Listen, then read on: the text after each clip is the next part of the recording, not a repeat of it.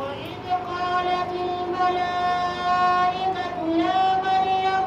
إن الله اصطفاك وطهرك واصطفاك على نساء العالمين.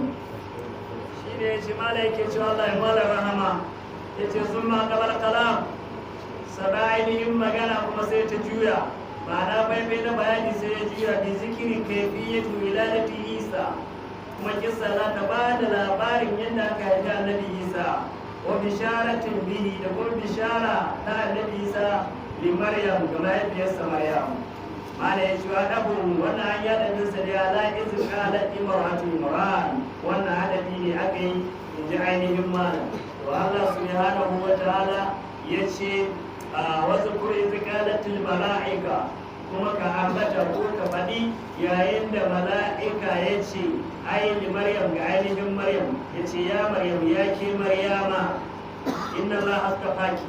lalle Allah subhanahu wa ta'ala fa ya zaɓe ki ikitaraki ya zaɓe ki a wani aura haisu kaba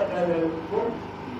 wata Allah ta'ala ya ainihin zaɓe ki a cikin ainihin mata waɗanda ki kuma ya tsarkake ki wasu baki ya zaɓe ki ala nisa da alami akan ainihin matayen dukkan halitta na zamanin ki a wannan zamani babu wata mata wadda wuce magana ta wuce maryama a wancan zamanin kenan ba wata mata za ce ta wuce ainihin maryama Allah ya zaɓe ta wannan lokaci shine ainihin mala'ika jibrilu yake gaya mata wannan magana duk da cewa ita maryam malamai sun yi tufagan cewa maryam ba annabiya ba ce amma ga mala'ika ya zo gare ta saboda haka mutum ko ba annabi ba ne waliyin kirki bayan Allah na kwarai mala'iku na zuwa gare su saboda haka ya zo gare ta yi mata bisharar samun ta duk da cewa ba annabiya ba ce domin babu annabiya mace Allah ya tabbatar da ka cikin alƙur'ani ko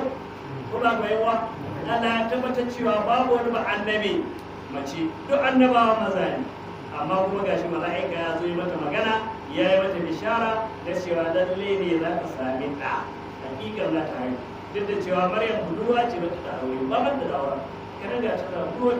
amma ce za ta haihu kaga da abin mamaki ne a gare ta sai ce